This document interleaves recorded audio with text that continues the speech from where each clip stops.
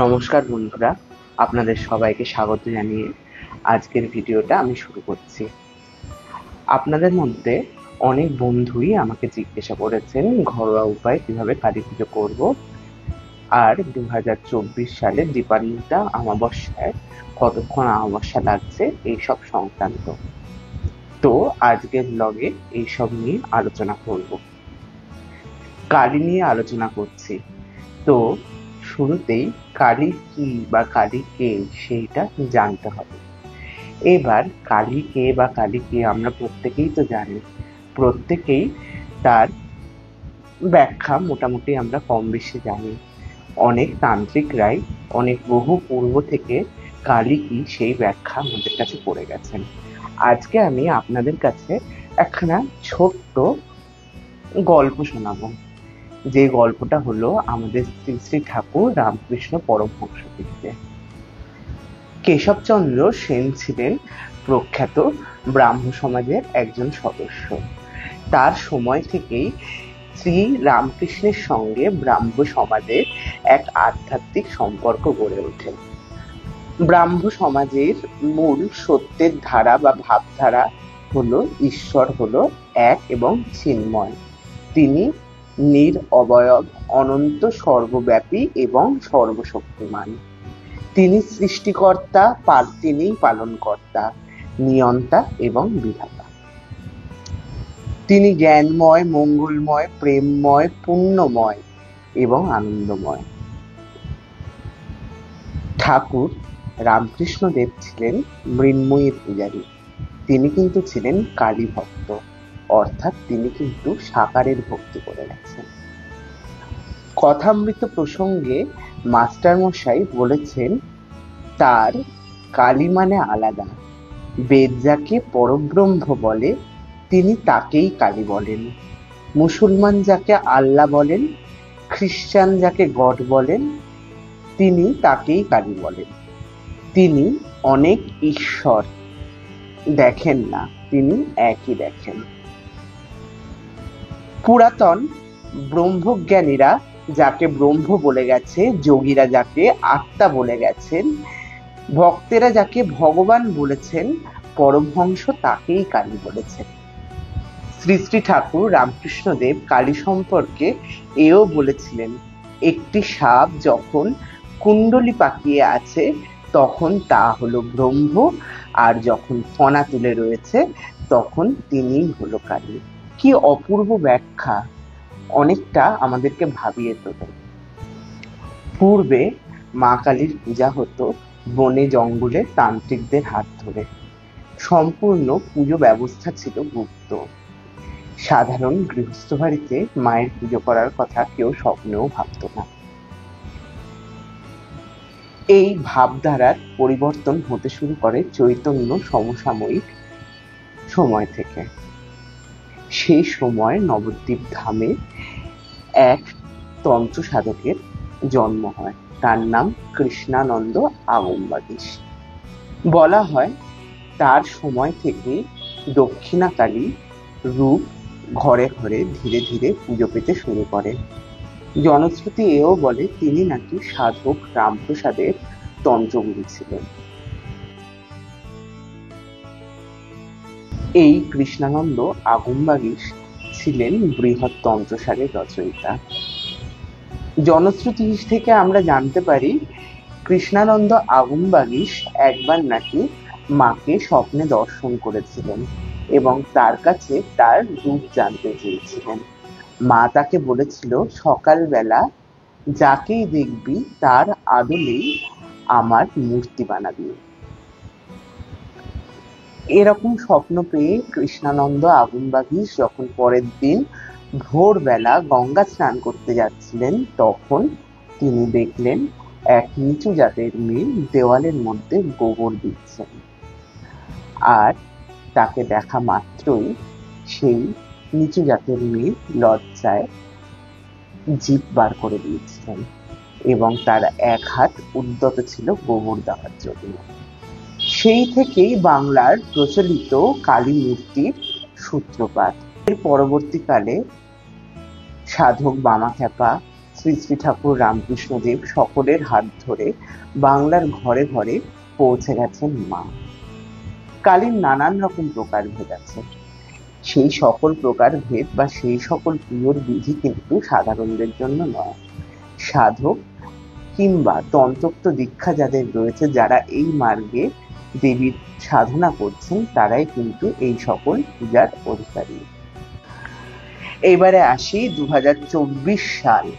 2024 সালের দীপান্বিতা অমাবস্যা। 2024 সালের দীপান্বিতা অমাবস্যা কখন লাগছে, কতক্ষণ থাকছে, কোন সময় পুজোর জন্য শুভ, সেই সকল জিনিসই আজ আমি আপনাদের সাথে আলোচনা করব। তো সিদ্ধান্ত অনুযায়ী 14ই কার্তিক 1431 অর্থাৎ ইংরেজির 31শে অক্টোবর 2024 বৃহস্পতিবার দুপুর 3:54 থেকে অমাবস্যা লেগে যাচ্ছে, আর তা থাকছে পরের দিন 1 নভেম্বর সন্ধে 6:17 অবধি। অমাবস্যার নিশি পালন অর্থাৎ শ্যামা পূজার ভালো সময় আর কি, যে সময় আদর্শ, সেই সময় পঞ্জিকা বলছে 10:56 থেকে 11:44 মধ্যে। দীপান্বিতা অমাবস্যাকে নানান রকম ভাবেও আমরা জেনে থাকি, যেমন দীপাবলি, দেওয়ালি, সুখরাত্রি, এইসব নাম আছে।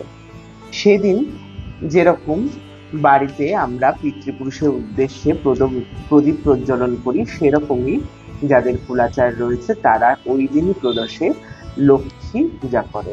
অনেকের রয়েছে অলক্ষ্মী বিদায় করে লক্ষ্মী পুজো, অনেকের আবার রয়েছে শুধু লক্ষ্মী পুজো। যার যেরকম রয়েছে সে সেরকমই ওই দিন লক্ষ্মী পুজো করে।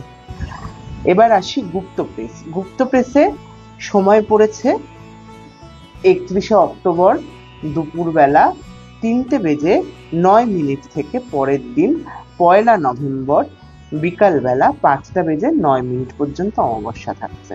দুটো পঞ্জিকায় মোটামুটি খুব কাছাকাছি তিথি থাকছে, সুতরাং সেরকম কোনো অসুবিধা কিন্তু এবারের শ্যামা পূজার ক্ষেত্রে পড়বে না। এবার আসি আজকের মেন টপিকে। আপনারা অনেকেই যেটা আমায় বারবার জিজ্ঞাসা করেছেন, দাদা বাড়িতে কি করে ঘরোয়া উপায়ে কালী পূজা করব। সত্যি কালী পুজোর সেরকম ঘরোয়া উপায় কিন্তু আমার জানা নেই। আমি ইউটিউবে দেখেছি অনেকেই অনেক রকম ভাবে পূজা করছে, কিন্তু আমার একখানা জিনিস আপনাদের জানিয়ে রাখা উচিত, সেটা হলো কালী পুজোর অধিকার থাকতে হয়। অধিকার থাকতে হয় মানে হচ্ছে ব্রাহ্মণ শরীরও থাকতে হয়, ব্রাহ্মণ শরীর থাকতে হয়, কিংবা তন্ত্রমতে দীক্ষা থাকতে হয়। যারা তন্ত্রমতে দীক্ষিত তারা কিন্তু কালী পুজো করার অধিকারী। যারা পূর্ণাভিষিক্ত তারা তাদের কুলাচার হিসাবে মায়ের পূজা করবে, সেটা সম্পূর্ণ আলাদা ব্যাপার। কিন্তু এবার আসি, তাহলে আপনারা বলতেই পারেন যে ঘরোয়া উপায়ে কি মা কালীর কোনো রকম পুজো আমরা করতে পারবো না? অবশ্যই করতে পারবেন। আপনাদের বাড়িতে যদি মায়ের চিত্রপট থাকে, তাকে আসনে বসিয়ে তার যথাসাধ্য উপাচারে, পঞ্চোপচারে কিংবা দশোপচারে কিংবা ষোড়শোপচারে যেভাবে হোক আপনি পূজা করতে পারেন। চিত্রপটে আপনারা পূজা করতেই পারেন, কিন্তু বাড়িতে মূর্তি এনে পুজো করতে গেলে তখন অধিকারী ব্যক্তি দিয়েই মায়ের পুজো করতে হয়। এইটাই আমার জানা, এইটাই আমার আপনাদেরকে বলা। তাও আমি আপনাদের কথা ভেবে মা কালীর চিত্রপটে বাড়িতে কিভাবে পুজো করবেন সেইটা কিছুটা দেখাতে চেষ্টা করেছি। আমার জানার মধ্যেও অবশ্যই ভুল থাকতে পারে, আমি বারবার বলি। তো তাই জন্য যদি কোনো ভুল ত্রুটি হয়ে থাকে তাহলে আমায় মার্জনা করবেন। আপনাদের আরো একটা প্রশ্নের উত্তর আমার মনে হয় এই ব্লগে দিয়ে দিলেই আমি ভালো করব। আপনারা প্রত্যেক ভিডিওর নিচেই দেখি কয়েকজন কমেন্ট করেন, দাদা আপনি কি ব্রাহ্মণ যে আপনি বাড়ির পুজো নিজে করছেন? তো আমি তাদের উদ্দেশ্যে একটাই কথা বলবো, শাস্ত্র কিন্তু বলছে নিজের বাড়ির পুজো নিজেকেই করা উচিত। যে কোনো পূজা পদ্ধতির বইও যদি তুমি খোলো তাহলে প্রথমে লেখাই থাকে, যদি নিজের বাড়ির পুজো নিজে করতে পারেন তাহলে অবশ্যই করবেন, আর যদি না পারেন তাহলে যে ব্যক্তি এই পুজো করতে যোগ্য কিংবা যে অধিকারী তাকে ডেকে এনে এই পূজা করাবেন। এইবার আশা করি আমি আপনাদের এই প্রশ্নের উত্তর দিতে পারলাম। প্রথমত তো আমি দীক্ষিত, আর দ্বিতীয়ত আমি নিজের বাড়ির পুজো কিংবা নিজের দেব সেবা কিভাবে আমি নিজে করব সেই সম্পর্কে যথেষ্টই জ্ঞান রাখি। আর যে পুজোগুলোই আমার মনে হয় আমার দ্বারা হবে না কিংবা এত খাটনি কাটার পর আমি পুজোর আসনে বসে মনোনিবেশ সঠিকভাবে করতে পারবো না, সেই সব পুজোর ক্ষেত্রে কিন্তু আমি অবশ্যই অধিকারী ব্যক্তিদেরকেই চয়ন করে আনি মায়ের পূজার জন্য। প্রথমে কাঠের আসনটাকে ভালো করে ধুয়ে শুকনো করে নিয়ে তার উপর একখানা পরিষ্কার লাল রঙের আসন পেতে নিয়েছিলাম। তারপর মায়ের যে পটটা বসাবো তাকে মুছিয়ে নেওয়ার জন্য জল, অগরু আর গোলাপ জল মিশিয়ে একটা সুগন্ধি জল প্রস্তুত করে নিয়েছিলাম। তারপর সেই জল দিয়ে মায়ের চিত্রপটটা মুছিয়ে নিয়েছিলাম। বন্ধুরা দেখুন, এই হলো আমার মায়ের চিত্রপটটা। এই ছবিটা আমার খুবই ভালো লেগেছিল, তাই এই ছবিটাই আমি ফ্রেম করিয়েছিলাম। কিছুদিন একখানা পরিষ্কার সুতির কাপড়ে মুছিয়ে মায়ের ছবিটা আসনে বসিয়ে দিয়েছিলাম। তারপর মায়ের গলায় যে মালাগুলো পরাবো সেগুলো একটু ওই জলের ছিটা দিয়ে তারপরে পরিয়ে নিয়েছিলাম। খুব বেসিক পুজোর জোগাড় যা হয় সেইটুকুই আর কি। চিত্রপটে পুজো তো সেরকম ভাবে কিছুই করিনি, আপনাদের দেখানোর জন্য যতটা প্রয়োজন ততটাই করেছি। পটে সিঁদুর দিয়ে মায়ের চরণে একটা অর্ঘ্য দিয়ে তারপর পুজোর জোগাড়টা শর্টের মধ্যে করে নিয়েছিলাম।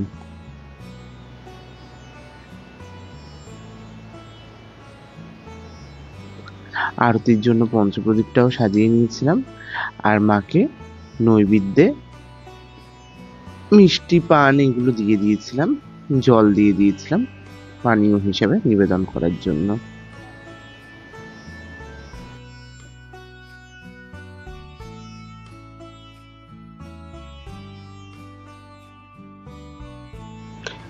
তারপর পুজোর জায়গাটা মোটামুটি গুছিয়ে নিয়েছিলাম, যেটুকু দরকার আপনাদের দেখিয়ে দেওয়ার জন্য সেটুকুই করেছিলাম। সামান্যার্ঘের তলায় একখানা অধমুখ ত্রিকোণ, তার বাইরে একখানা বৃত্ত, তার বাইরে একখানা চতুষ্কোণ মণ্ডল অঙ্কন করে নিয়েছিলাম। পুজোর জোগাড় মোটামুটি হয়ে গেছে, এই দেখুন বন্ধুরা। আর তারপর ধূপ আর দীপ জ্বালিয়ে দিয়ে আমি পুজো শুরু করেছিলাম। আচমন, বিষ্ণু স্মরণ এইগুলো করার পর তারপর সামান্য কাণ্ডে প্রবেশ করতে হয়েছিল। আমি পুরোটাই মোটামুটি স্ক্রিনের ওপর ছোট ছোট ক্লিপ দিয়ে দিয়েছি, সেটা দেখে আপনারা দেখে নেবেন কিভাবে কি করেছি। এতে গন্ধপুষ্পে এতেভ্য গন্ধাদিভ্য নমঃ, এতে গন্ধপুষ্পে এতদ্গত দেবায় শ্রী বিষ্ণবে নমঃ, এতৎ সম্প্রদানায় ওম পূজনীয় দেবতাভ্য নমঃ।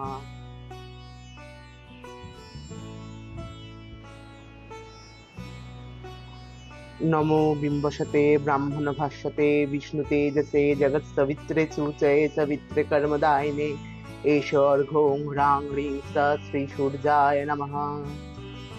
कुसुम शंकाशं कश्यपे महाधुतिं धन्तारिं सर्व पापघ्न प्रणोत स्मृति दिवाकरम।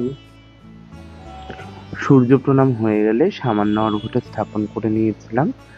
প্রথমে প্রসাদটাকে পট মন্ত্রে করে নিয়েছিলাম, প্রক্ষণ করে নিয়েছিলাম। তারপর মণ্ডলের ওপর স্থাপন করে যেরকম স্ক্রিনে লেখা রয়েছে সেইভাবে ওম গঙ্গে যমুনাস্যৈব গোদাবরী সরস্বতী নর্মদে সিন্ধু কাবেরী জলস্মিং সন্নিধিং কুরু। ওম পুষ্পকেতু রাজর্হর্তে শতায় সম্মক সম্বন্ধায় হুম। ओम पुष्पे पुष्पे महापुष्पे सुपुष्पे पुष्प संभवे पुष्प चावकीर्णे च हुं फट् स्वाहा। एते गन्धपुष्पे ओं श्री गुरुवे नमः। एते गन्धपुष्पे गं गणेशाय नमः। एते गन्धपुष्पे ह्रां ह्रीं श्री सूर्याय नमः। एते गन्धपुष्पे ओं नमः शिवाय शिवाय नमः। एते गन्धपुष्पे ओं नमो नारायणाय नारायणाय नमः। एते गन्धपुष्पे ओं दुर्गे दुर्गे लक्ष्मी स्वाहा श्री जय दुर्गा वै नमः।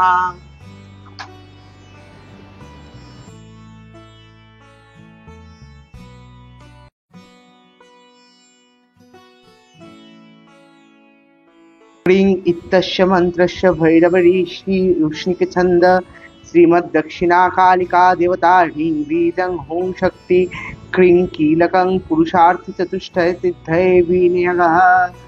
ओम भैरवरीशे नमः। ओम उष्णिकछन्दसे नमः।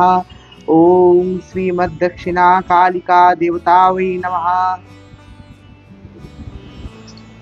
क्रीं करालवदनां घोरां मुक्तकेशीं चतुर्भुजां कालिकां दक्षिणां दिव्यां मुण्डमाला विभूषितां शद्दश्छिन्नशिरोः खड्गवामार्धोर्धकराम्बुजाम् अभयं वरदश्चैव दक्षिणोर्धतपानिकां महामेघप्रभां श्यामां तथाश्चैव दिगम्बरीं कण्ठावसक्तमुण्डाली गलधरुधिरचर्चितां कर्णावतसतानीतसवजुग्मभयानकां घोरदंष्ट्रां करालशां पीनोन्नतपयोधरां शवानाङ्करसङ्घातैकृतकाञ्चीं हसन्मुखीं स्विक्यद्दयगलद्रत्रधारा विस्फुरिताननां घोरुरावां महारौद्रीं श्मशानलयवासिनीं वालार्कमण्डलाकारलोचनत्रियतयान्वितां दन्तुरां दक्षिणो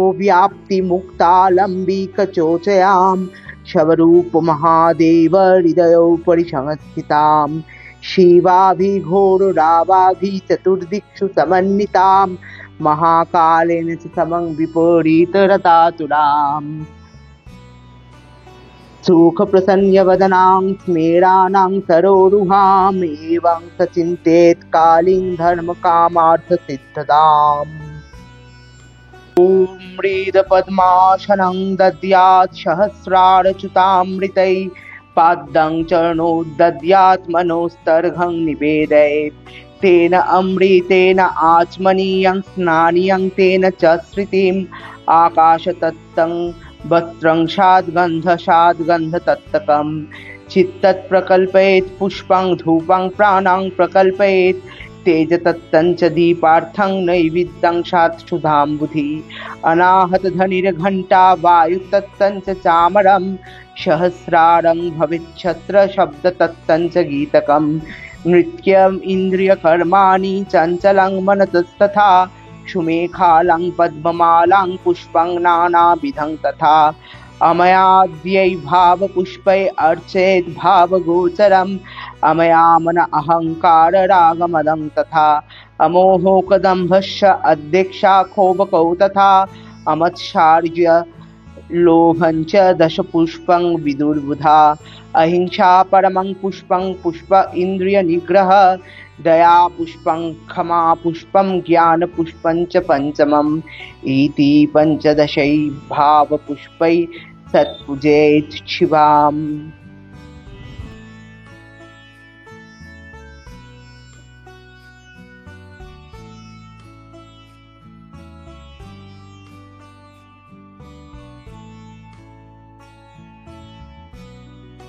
पीठ देवताभ्य नमः। एते गन्धे पुष्पे ओं पीठ शक्तिभ्य नमः।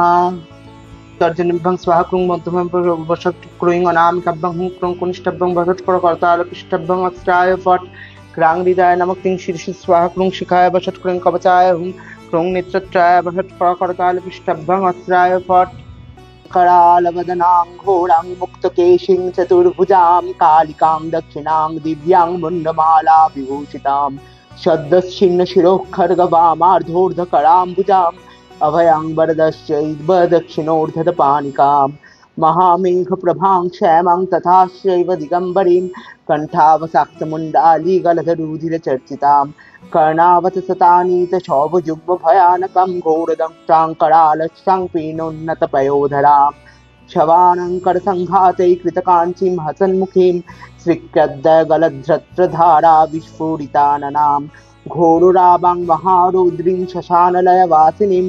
वालार्कमण्डलाकारलोचनत्रियतयान्वितां दन्तूरां दक्षिणव्यापी मुक्तालम्बिकचोचयां शवरूपमहादेव हृदयोपरि संस्थितां शिवाभिघोररावाभिचतुर्दिक्षु समन्वितां महाकालेन च समं विपरीतरतातुरां सुखप्रसन्नवदनां स्मेराणां सरोरुहाम् एवं स चिन्तयेत् कालीं धर्मकामार्थसिद्धताम्।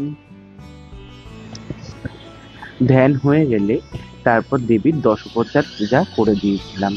যে পারবেন না সে পঞ্চোপচারে দেবীর পুজো করবেন, নিবেদন করবেন যে পারবেন সে দশোপচারে পূজা করবেন। পাদ্য, অর্ঘ্য, আচমনীয়, পুনরাচমনীয়, স্নানীয় এইসব দিয়ে পূজা করবেন। যেমন ক্রিং এতৎ পাদ্যং শ্রীমদ্দক্ষিণা কালিকা দেবতাयै নমঃ, এরকম ইদং করে পূজা স্নানার্থ করবেন। স্নানীয় দোষং কিং শ্রীমদ্দক্ষিণা কালিকা দেবতায় নিবেদয়ামি। এষো গন্ধ ক্রিং শ্রীমদ্দক্ষিণা কালিকা দেবতায় নিবেদয়ামি। কুসুমানি ক্রিং শ্রীমদ্দক্ষিণা কালিকা দেবতাयै বৌষট। চন্দনবিল্বদলানি क्रीं श्रीमद्दक्षिणा कालिका देवतायै बौषट। क्रीं एष धूप श्रीमद्दक्षिणा कालिका देवतायै नमः।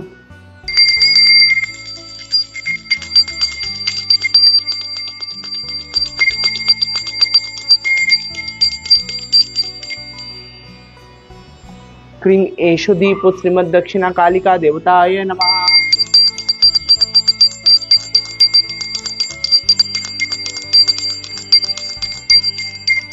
দীপ নিবেদন করার পরে একে একে মাকে নৈবেদ্য নিবেদন করবেন। তারপর পানার্থ-পানীয়োদক অর্থাৎ পানীয় জল, তাম্বুল, পুনরাচমনীয়োদক এইগুলো একে একে নিবেদন করবেন। पुनराचमनीयोदकं श्री दक्षिणा कालिका देवतायै स्वधा।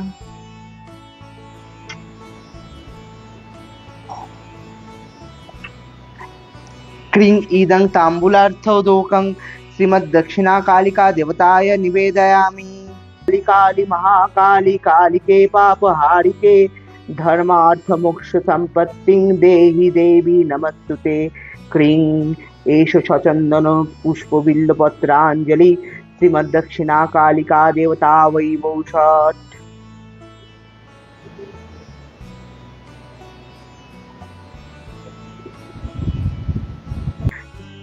ओं गुज्जाति गुज्ज गोपत्रित्वं गृहाणस्वात् कृतं जपं सिद्धिर्भवतु मे देवी तत्प्रसाद महेश्वरी। क्रीं श्रीमद्दक्षिणा कालिका देवताय षडंग देवताभ्य नमः।